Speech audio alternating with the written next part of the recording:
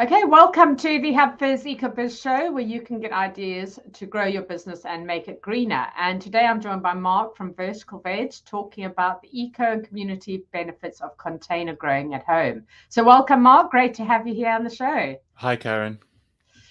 So Mark helps people to transform a small space, whether it's a balcony or patio, into an abundant container garden filled with herbs, fruit, veg, beauty, and life. Love that. So we're going to launch straight into the questions. What was the inspiration behind Vertical Veg? Yes. Well, I guess it just sort of started by accident, as a lot of these things do. I lived in London. I didn't have a garden. I really wanted to grow my own food. I tried to get an allotment, and after 5 years of waiting, I phoned up the council to find out, and they told me I had 30 more years to wait before I got to the top of the list.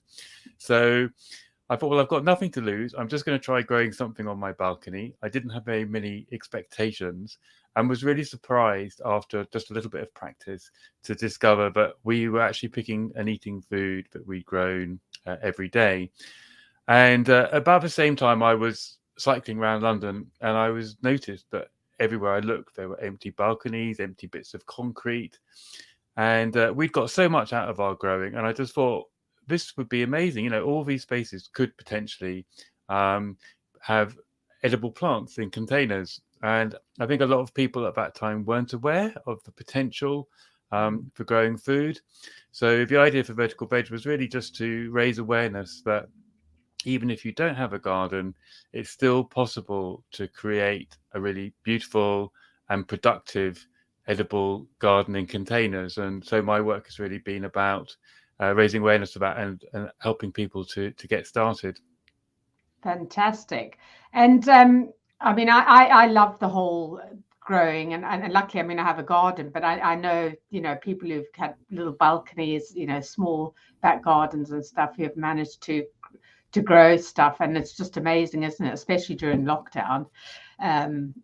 What a pleasure to have a little outdoor space, haven, and something that's really good for your health and well-being.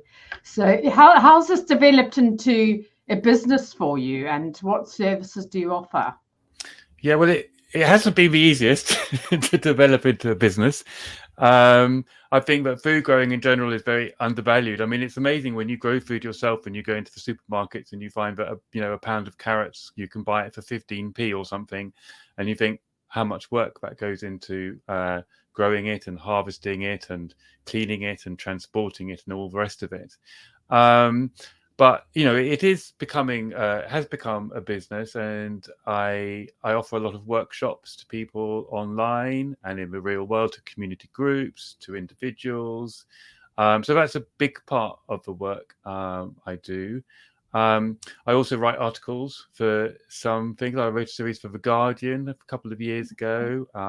Just written something for The Telegraph.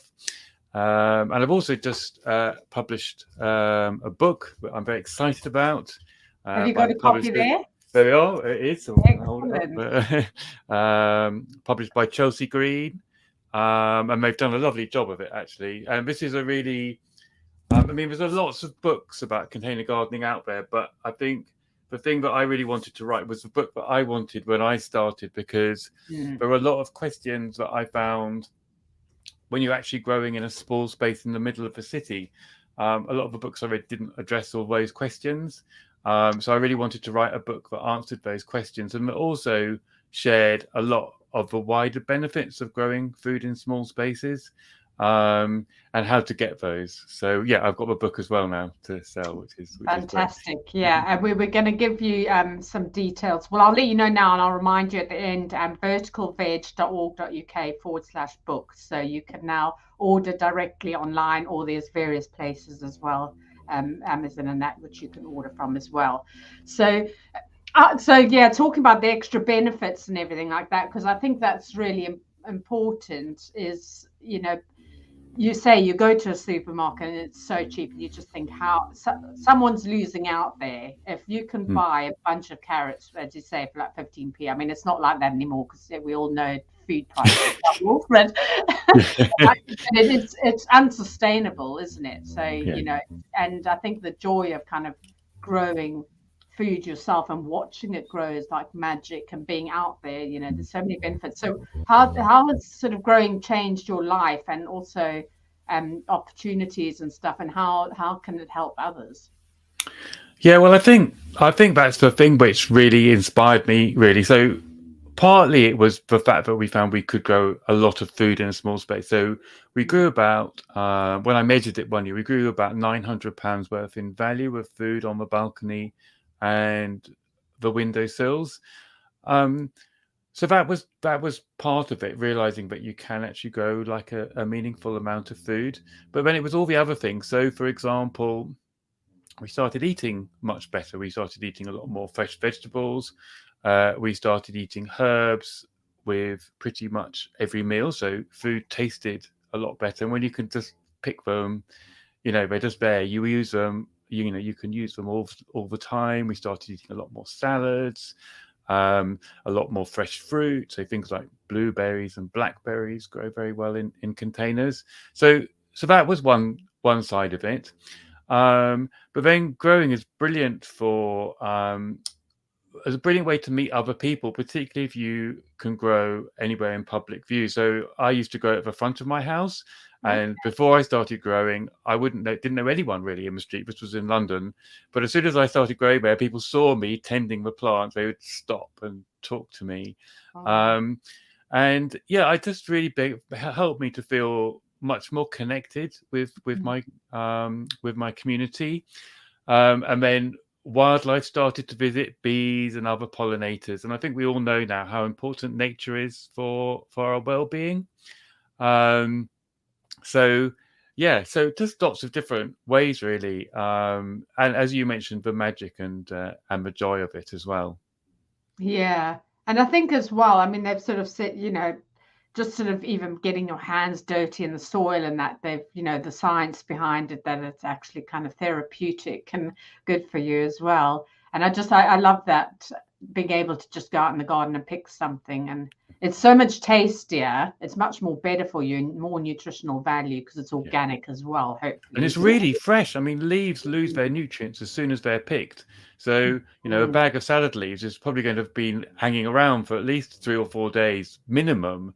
Whereas when you pick it, you can pick it 2 minutes before you eat it, and it tastes completely different as well with that Yeah. freshness. Yeah. So definitely, there's a lot of benefits to growing at home.